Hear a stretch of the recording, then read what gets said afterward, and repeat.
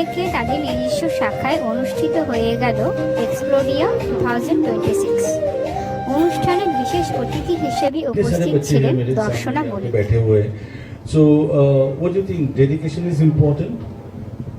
Of course, dedication is the most important thing in whatever you do in your life, I believe.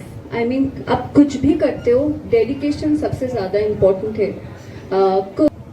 দেখে নিন এই আকর্ষণীয়